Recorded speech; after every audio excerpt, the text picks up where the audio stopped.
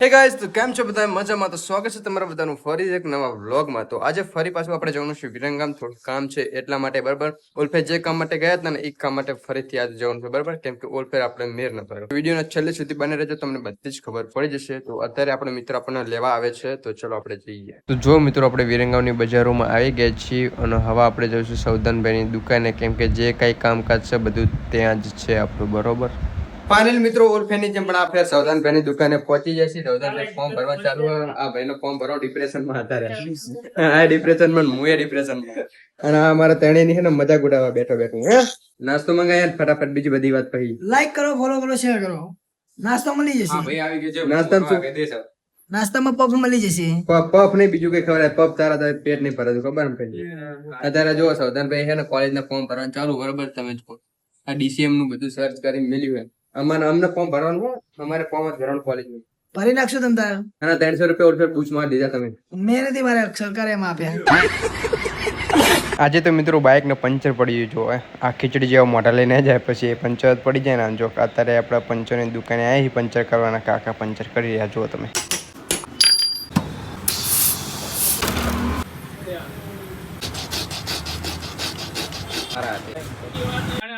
તો જો મિત્રો, આ અંદર ખીલ્લી કરી જઈએ ટાયરમાં. આ ખીલ્લીના હિસાબે પંચર પડી જો. ચેવડી ખીલ્લી તમે જો ખાલી. જો મિત્રો, આવડી મોટી ખીલ્લી આ ટાયરમાં કરી જતી અને એક ખીલ્લીના કારણે 2 પંચર પડ્યા. આજે આપણા મિત્રના નસીબ નહીં હારા હો. તે કેવું બાઈક આક્યું એટલે આમાં રોડ નો વાંક છે ગાઈસ, આપણો વાંક નથી. તો અત્યારે મિત્રો અમે પંચર કરાવીને આવ્યા છીએ પકોડી ખાવા માટે, બરાબર. ભૂખ લાગી હતી બપોરની, તો મેં પકોડી ખાવા માટે આવી. જ્વારી બારીને આપણે પકોડી કાઢીને ખાઈ લેવાની, બરાબર. જો પકોડી ખાવાનું ચાલુ કર્યું ભાઈ. ઓ મિત્રો, વિરંગામમાં આપણે કોલેજનું ફોર્મ ભરવાનું હતું. એક ફોર્મ ભરીને અને પકોડી બકોડી ખાઈને ગાડી વ્યક્તિ કરી ચોથા ઘરમાં સીધી ઘર બાજુ.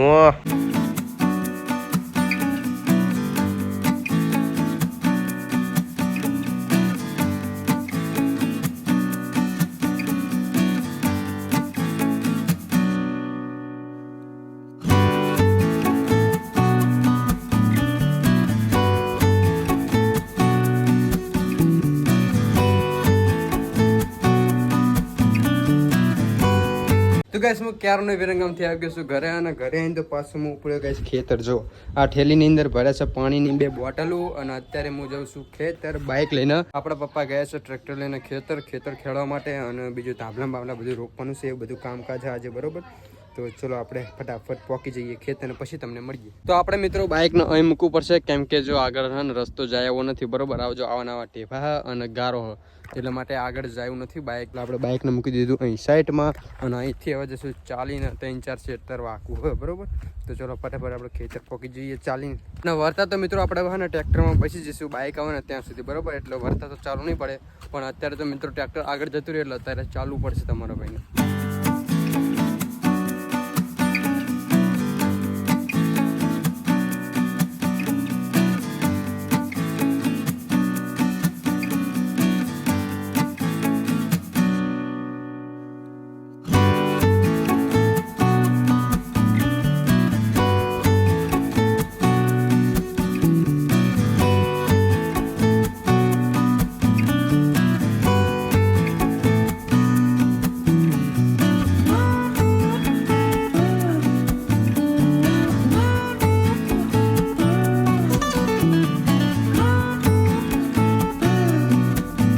ખેતરથી ઘરે આવીને મસ્ત મજાનું જમી લીધું છે. અને હવે એક આપણે દુકાને આટો મારતે, બરાબર.